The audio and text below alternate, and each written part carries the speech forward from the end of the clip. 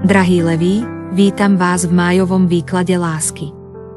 Som Kika a dnes vám s láskou prinášam posolstvo, ktoré vám môže ukázať nové svetlo na vašej ceste.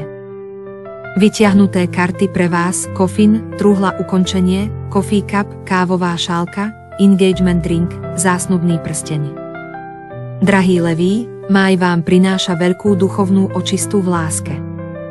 Karta Coffin, truhla ukončenie, signalizuje, že niečo sa končí, buď vzťah, alebo staré presvedčenie, ktoré vás držalo v nešťastí.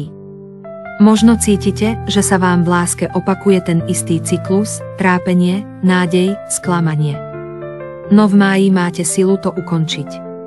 Už viete, že si zaslúžite viac. Konečné veci prinášajú nové začiatky a oslobodenie. Je to prechod do niečoho oveľa hodnotnejšieho. Karta Coffee Cup, kávová šálka, je nežným pozvaním na úprimný a hlboký rozhovor. Tento moment prináša príležitosť na otvorenosť a zdieľanie, ktoré môžu byť kľúčové pre vaše vzťahy. Možno stretnete niekoho, kto vám povie presne to, čo potrebujete počuť, niečo, čo vám pomôže vidieť veci v novom svetle. Je to karta, ktorá naznačuje, že vo chvíľach, keď sa uvoľníte a otvoríte, sa môže medzi vami a niekým, koho máte radi, objaviť nová hĺbka vzťahu. Možno ide o starého priateľa, s ktorým obnovíte spojenie, alebo niekoho, kto vám vyjadrí pocity, ktoré dlho držal v tajnosti. Tento rozhovor môže priniesť liečenie, porozumenie a otvoriť nové možnosti pre vzájomnú blízkosť. Karta Engagement Ring, zásnubný prsteň, prichádza ako nádherný symbol záväzku a dlhodobého spojenia.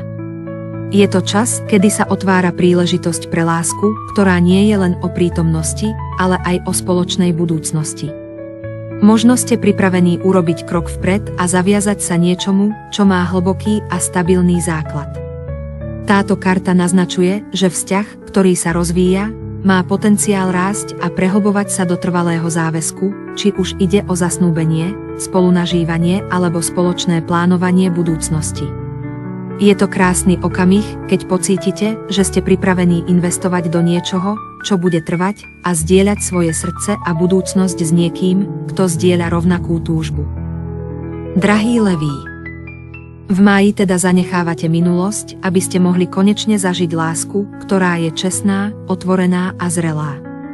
V máji môže prísť spojenie, ktoré vám ukáže, že ste boli celý čas hodní skutočného záväzku. Nech vám Boh žehná v láske, nech vaše duše cítia pokoj a vaše srdcia nájdu to, po čom túžia. Láska nech kvitne vo vašich životoch ako jarný kvet. S láskou, Kika.